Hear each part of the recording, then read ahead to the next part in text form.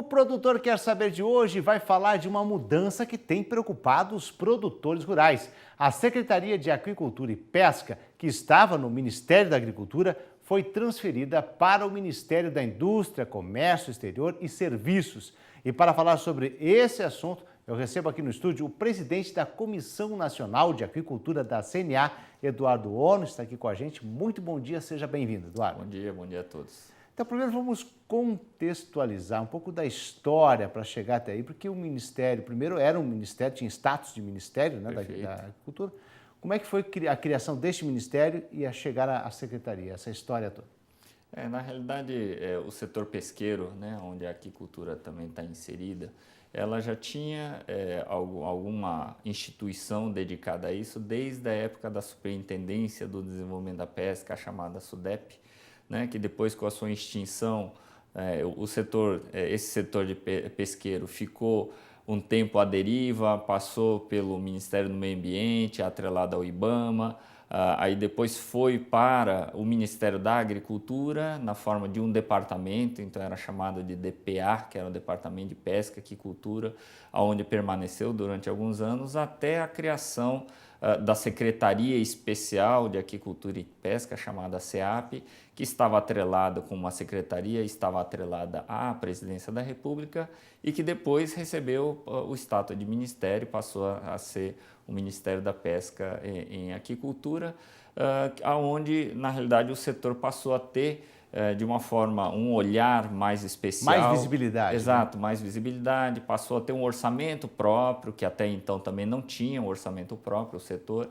Então passou a ter um local, vamos chamar assim, um endereço, aonde todos os pleitos, as políticas passaram a ser discutidas, né? E o Ministério também com uma série de dificuldades em sua estruturação e tudo mais, mas ainda assim, com essas dificuldades todas, conseguiu desenvolver uma política nacional, desenhar uma política nacional no setor da aquicultura e da pesca, e que com a extinção, né, desse Ministério, o MPA da Pesca e Aquicultura, passou a ser novamente um status de secretaria, mas dentro do Ministério da Agricultura. Né? Então isso ocorreu há praticamente 2 anos, essa mudança, essa mudança, na realidade, foi quando da extinção do Ministério da Pesca e Aquicultura, houve, na verdade, uma preocupação nova do setor. E agora, o que vai acontecer com o setor? Quem vai gerir essa atividade, as políticas, quem vai construir as políticas públicas? Mas com a saída dessa atribuição, né, de toda essa atividade para dentro do Ministério da Agricultura, que é o grande responsável por todo o setor primário, eu acho que o setor, embora bastante apreensivo num primeiro momento, ficou mais tranquilizado por ser, na realidade, o Ministério responsável por toda essa cadeia do setor primário. Né? Então, com o status de secretaria, né, de Aquicultura e Pesca dentro do Ministério, a gente vinha, na realidade, já nesse período todo, trabalhando nessa construção, vamos chamar assim, de uma nova política. A estrutura, naturalmente, da secretaria muito mais enxuta, muito menor do que era enquanto ministério, mas ainda assim eu presenciei esse processo, né, de migração e tudo, que também nós tivemos um período de vários meses onde a coisa ficou um pouco à deriva. Por quê? Porque a secretaria não estava efetivamente criada, né? O secretário não estava empossado, vamos chamar assim.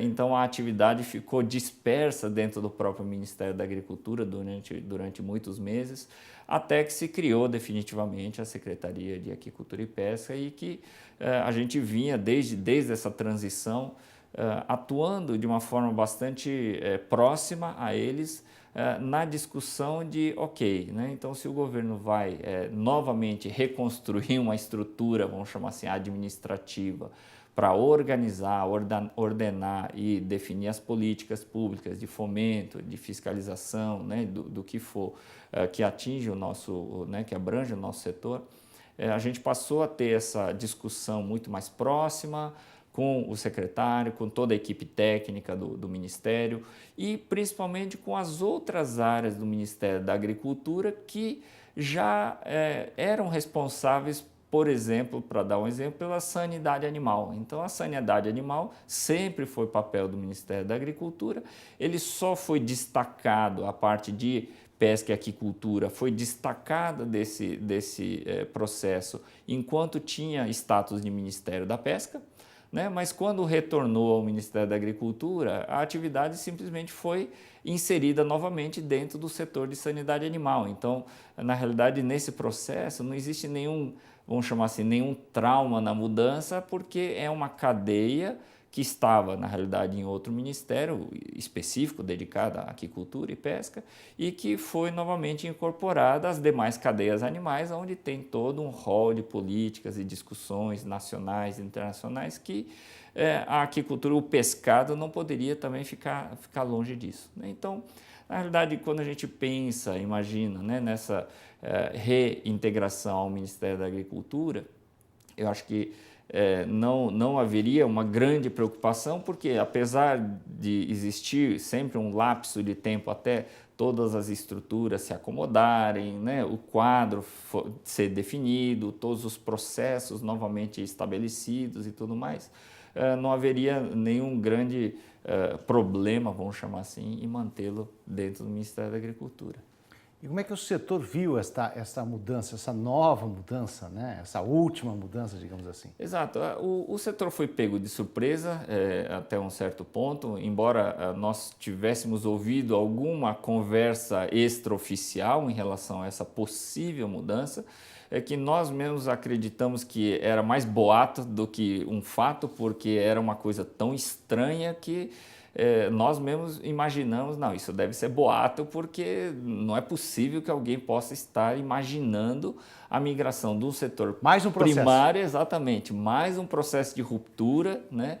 Mais um processo de reconstrução para um ministério principalmente que não tem uma estrutura, não tem pessoal qualificado para essa atividade em si, porque é um ministério que está basicamente voltado para o setor secundário e terciário, indústria, comércio, serviços, né? Então, ele está focado no setor secundário e terciário e não tem atuação nenhuma no setor primário diretamente, que é basicamente onde deveria estar dentro do Ministério da Agricultura. Então, o setor, no primeiro momento, levou um grande susto, um choque na realidade, mas aquela perplexidade de dizer, mas como assim? Né? Como levaram... De novo? Exato, como tiraram de um ministério, finalmente no Ministério da Agricultura, onde é a casa dele, vamos chamar assim, a não ser que tivesse um ministério específico, né, como era antes, mas assim, não tendo um ministério específico, não faz sentido nenhum, não tem lógica nenhuma estar fora do Ministério da Agricultura, que é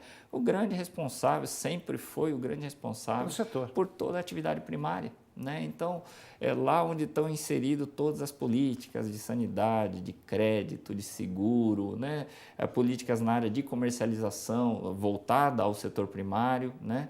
Então, tá tudo lá dentro, né, dessa casa, Ministério da Agricultura, que é o grande responsável por essas políticas nacionais e a toda a articulação, interlocução internacional, né, a representação junto à OIE, que é a Organização Internacional de Sanidade Animal, né, que será que vai passar a ter 2 representantes brasileiros agora? Quer dizer, vai ter um representante da agropecuária, da pecuária, na realidade, né, de todas as cadeias pecuárias, e um da aquicultura em destacado, sendo que esse representante é de outro ministério que nem atua na área de sanidade. Então, cria-se uma série de incoerências nesse processo, né, e que paralisa o setor. Quer dizer, hoje o setor está totalmente paralisado. Por quê? Porque documentos, processos que estavam em andamento, convênios que estavam em andamento, imagina convênios que receberam o primeiro repasse, a primeira parcela, precisam receber a segunda parcela para dar continuidade das ações, agora parou tudo, está tudo congelado, não vai receber a segunda parcela. Não sabe para que lado correr. Não sabe para onde correr, então isso cria um caos, na verdade, no setor.